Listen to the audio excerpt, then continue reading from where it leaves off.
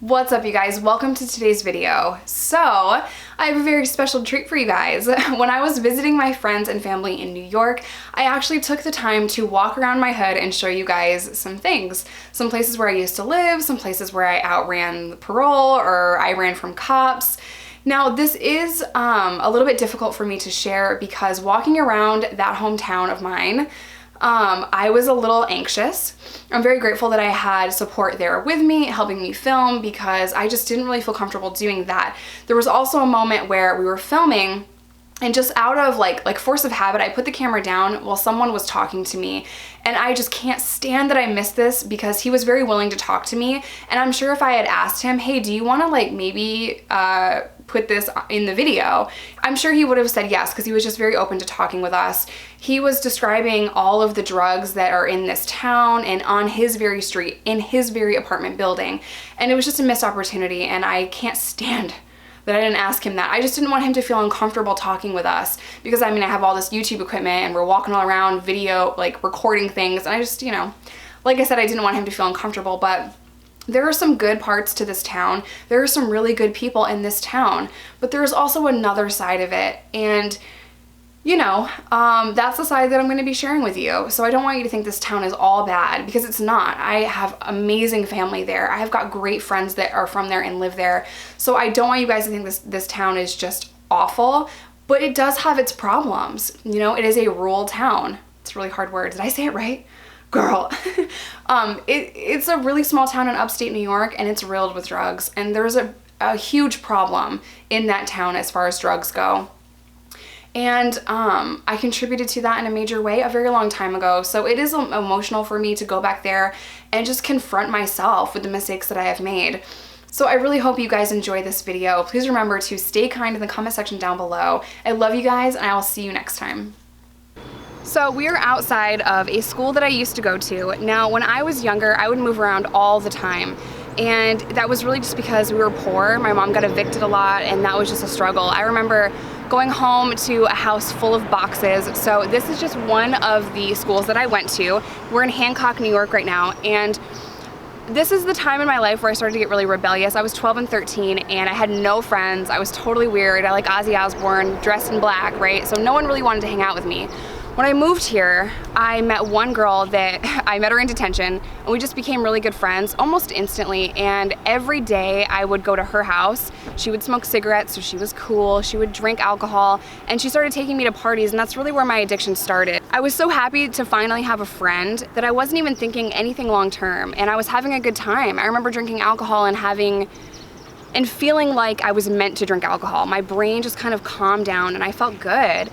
And instead of waking up the next morning with a hangover, I was like, I can't wait to drink again. I loved the feeling of being drunk, and that kind of steamrolled my addiction. I started using Coke every time we could get it. I started using pills, and you know, it got worse over time. But when I was growing up, my mom's boyfriend would take me to the school. I would walk in the front door, and then I would walk out the back door as soon as I knew he was not there.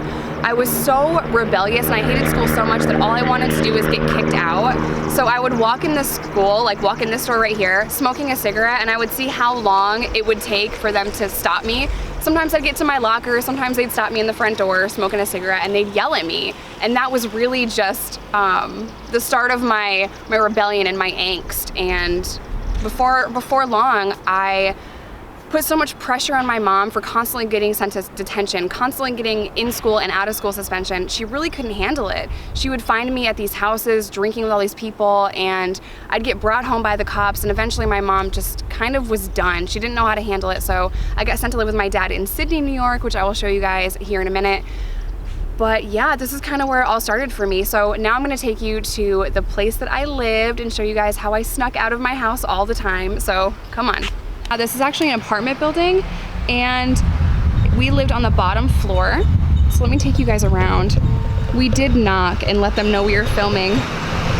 So that window right there used to be my bedroom, and I would sneak out every single night, or my friends would come tap on the window, and it would be party time, and I would run over there to McDonald's, get wasted. I would drink just straight vodka out of a Sprite bottle at McDonald's, and we'd just run around this town, and it was just really easy. So this is kind of where my mom just got really frustrated with me, and she hated it. She hated that she couldn't control me. I mean, what was she gonna do, put bars on that window? I've not walked down this street in about 7 years, but this is the street that I would sell on. I lived here. My ex also lived on this street, so there was a lot of moments here that were just really, really negative for me, and I am feeling a little anxious, but I want to show you this whole street. So this house, I had people upstairs, people downstairs. Now it's falling apart because everything in the hood falls apart. So it's a lot. When I think back to my life and I come back here, it's a lot, and it is difficult for me, but it's just something that I like to do because it reminds myself of how far that I've come in life. So I would have reoccurring nightmares and reoccurring dreams all of the time. It happened a lot when I was first in my sobriety, and now it happens a little bit less, but you know, it's just part of it. Your brain will heal. So you just have to keep in mind that just because you're brand new in sobriety doesn't mean you're gonna have it all together. You have to give yourself time to recover from that. And for me personally, that just meant feeling comfortable in my own skin and understanding that these dreams are gonna happen, but they go away. So now it's been about 7.5 years, and I'm not having those dreams anymore, and I feel better. But okay, I'm gonna show you guys the whole street, so check this out over here. This is my hood, y'all. This is my hood. Every year that I come back, it gets worse and worse, and it's difficult to even see because I have family here, and this town has just gone to shit. Keeping it a buck, this town has gone to shit, and it's difficult for me to come back here and see it. I wish it was a thriving community, and there are parts of it that are okay, but there are parts that are really bad. And when I think about my hometown, I think about all the really negative stuff. Our brain just kind of works that way. The human mind is 70% negative and redundant, and for me, I think back to all the negative shit, and it's really hard to get over it. So you have to actively train your mind to think positive. So it's easy for me to live in my house in Chicago and not think about growing up here, using drugs here, selling drugs here, and being in that life because I'm away from it. So when I'm forced to come back here and see it, it does all kind of trigger, and it's tough. So I wouldn't recommend it. Definitely go back to your hood with a support team like I have. So I've told a lot of stories about Randy, and there was a lot of moments that were not good. He lived in this house that I'm about to show you guys, and across the street is where he put a gun in my face, and it was like this whole big dramatic scene. All of these things happened, so I'm gonna show you his house now. Keep in mind, we in the hood. He lived in the downstairs apartment. We would get in tons of fights. I'd go searching for my Randy every time he left me, and I'd run up on the porch, banging on the door like a crazy person.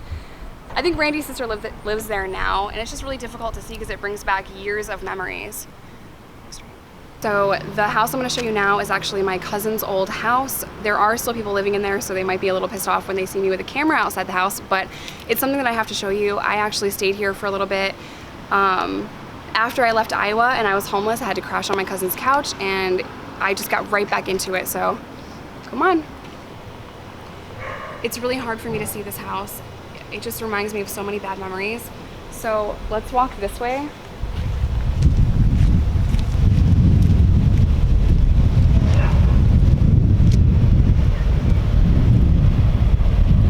So another cousin used to live up there, and every time I was fighting with Randy, I would run up there because it was the only place Randy wouldn't follow me, and yeah.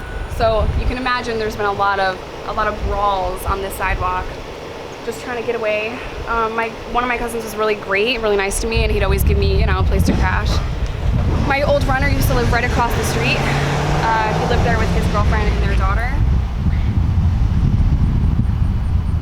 So now I'm going to take you guys to the place where I had tons of reoccurring dreams, and it's an alleyway right behind me.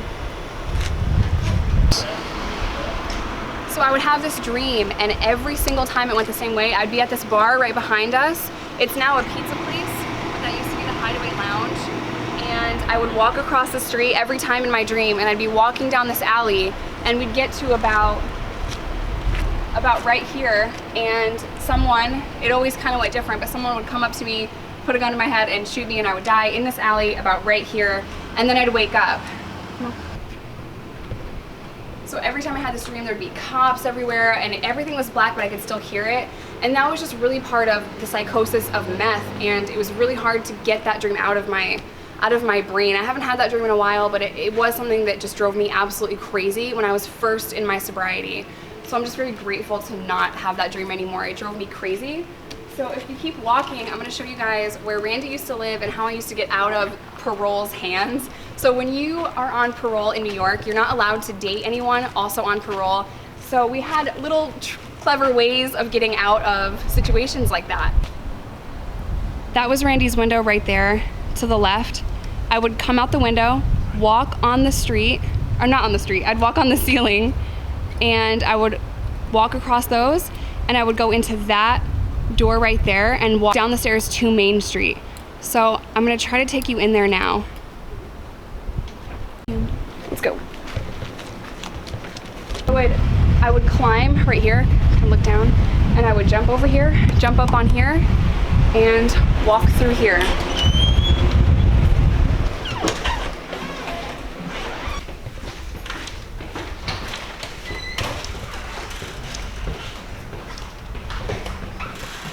So as you guys can see, this leads to a staircase. This staircase leads to downtown, or this staircase leads to Main Street.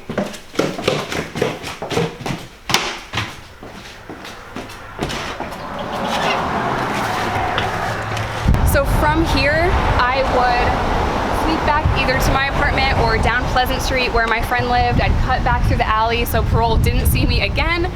So there's another alley right here, and I'd duck through the alley and go over to the side streets.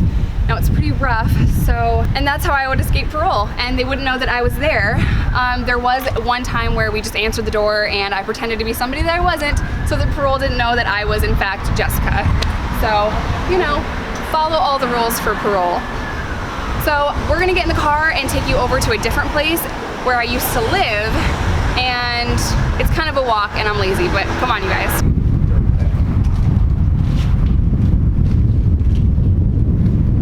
All right, you guys, so I used to live here with my best friend. I call her my sister all the time, but we lived here, and this is kind of not where it started, but I definitely sold a lot of drugs out of this house, and I don't even want to look at it. I know it looks horrible. It's boarded up. The owner has since passed away, and he was a really good friend of Janet's.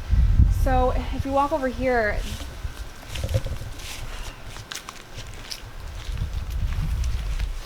the first time Randy tried heroin, it was in this apartment. He overdosed on these stairs right here, and it was tough. He was going into convulsions, and we didn't really know what to do. I'm like, drink some water, you're fine, because I really just didn't know how to handle it. And honestly, a piece of your brain when you're using heroin just is kind of numb, and I didn't really care. I wanted him to be okay, but I was like, drink some water, you're fine, like suck it up. And it's crazy even saying that out loud. I've never said that out loud before, but I've just felt like, be a man, tough it out. Like, that was my mentality. How insane is that? Not, this man needs help, get him Narcan. I was like, drink some water, you're fine. And that's literally the mind of an addict. So, we're gonna try to walk, I don't know if we can get through here, but I'm gonna try to walk back here.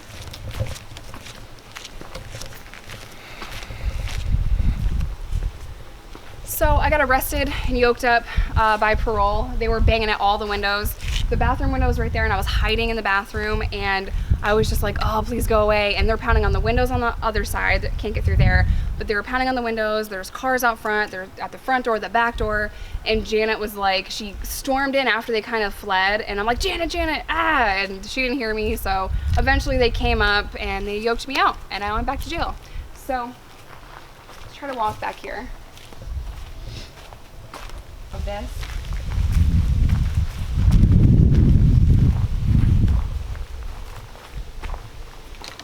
That was our back porch, and now I'm gonna have you swing this way, and there's a little path right there.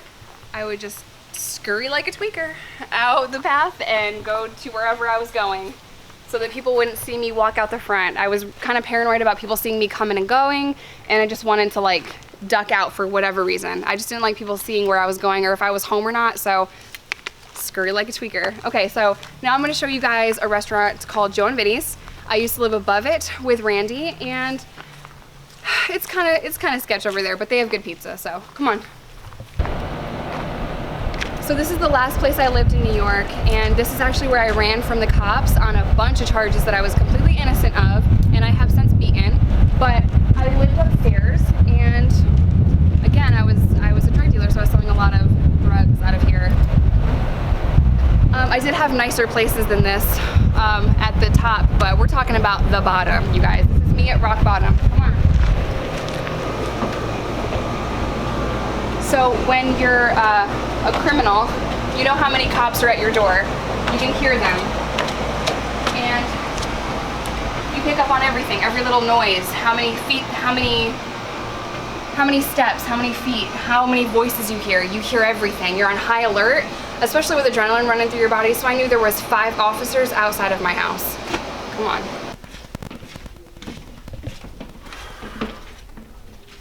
So this is a relatively nice place. All of the apartments have been renovated and are actually really nice. My apartment is on this wall right here. So I heard there was 2 cops right here on this side wall. There were 3 out front right here. There were also 5 or 6 unmarked cars outside of the house. So this is the last place I lived in New York, and it was really tough, you guys. I almost died here on several occasions. So did Randy. Our addiction was really bad. Randy came back after leaving me a couple of times to this place, and you know, it's hard. It brings back a lot of memories, but I'm so proud of the person I am today and how far I've come.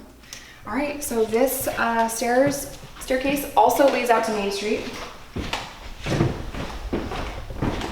If you can see, now we're not gonna go in that apartment, but if you guys can see across here, when the cops are at my door, they're coming in to get me, search warrant and everything, arrest warrant.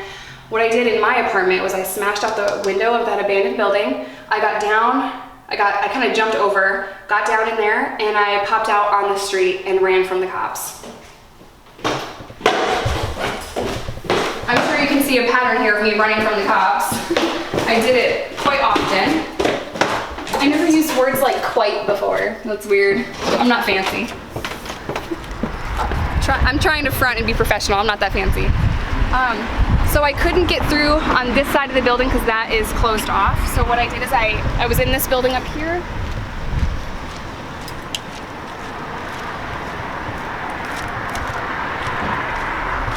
And I came out right here. So this whole building is abandoned, and I could see the back parking lot, and I could see how many officers they had on the street waiting for me. And a lot of them were unmarked. Actually, I'm sorry, all of them were unmarked. And I did have a friend on a walkie-talkie trying to help me with this, and she's like, there's no cops anywhere, Jessica. And I'm like, oh my God, they're all unmarked cars. Like, no, you're right, there's no state trooper blue car outside. It's all undercovers. One of them was even a minivan. No, I was not tweaking. It really was a minivan. It's open. We're not gonna go in though, because that's criminal trespassing, and I'm not trying to get more warrants for trespassing. So I think we're gonna end today's video here, you guys. I really hope you enjoyed seeing my hood. I will be honest, this takes a lot for me to film. I have not stepped out onto this street in 7 years.